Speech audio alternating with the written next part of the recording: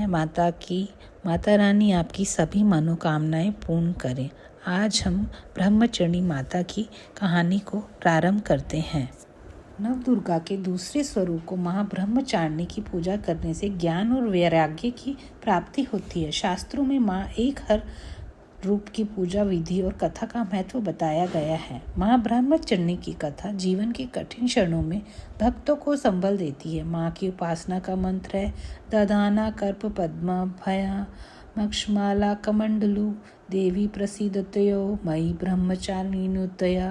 ब्रह्मचारिणी का अर्थ तप की चारणी यानी तप का आचरण करने वाली देवी का यह रूप पूर्ण ज्योतिर्मय और अनंत अतन्य भव्य है। माँ के दाएं हाथ में जप की माला है और बाएं हाथ में कमंडल धारण किए हैं। माँ ब्रह्मचारिणी की कथा। पूर्व जन्म में इस देवी ने हिमालय के घर पुत्री के रूप में जन्म लिया था और नारद जी के उपदेश से भगवान शंकर को पति रूप में प्राप्त करने के लिए घोर तपस्या की थी। इस कठिन तपस्या के कारण इसे तपश्चारिणी भी अर्थात ब्रह्मचारिणी नाम से जाना गया। 1000 वर्ष तक इन्होंने केवल फल फूल खाकर ही बिताए। 100 वर्षों तक केवल जमीन पर रहकर शाक पर निर्वाह किया। कुछ दिनों तक कठिन उपवास रखे और खुले आकाश के नीचे वर्षा और धूप के घोर कष्ट सहे।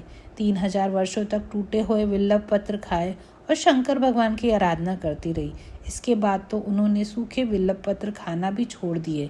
कई हजार वर्षों तक निर्जल और निराहार कर तपस्या करती रही। पत्तों को खाना छोड़ देने के कारण ही उनका नाम अपर्णा नाम पड़ गया।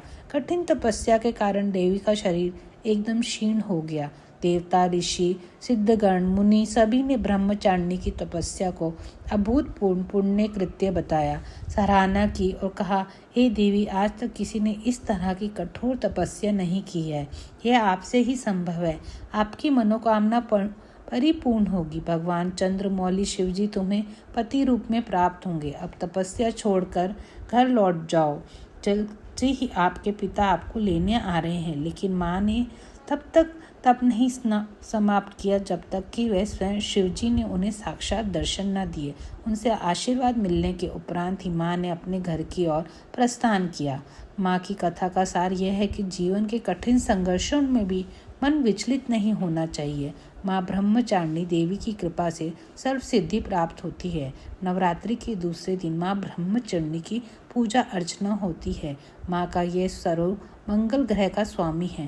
ब्रह्मचारिणी की माँ की पूजा करने से लोगों की कुंडलों में मंगलिक दोष का प्रभाव कम हो जाता है। बोलो माँ ब्रह्मचारिणी की जय।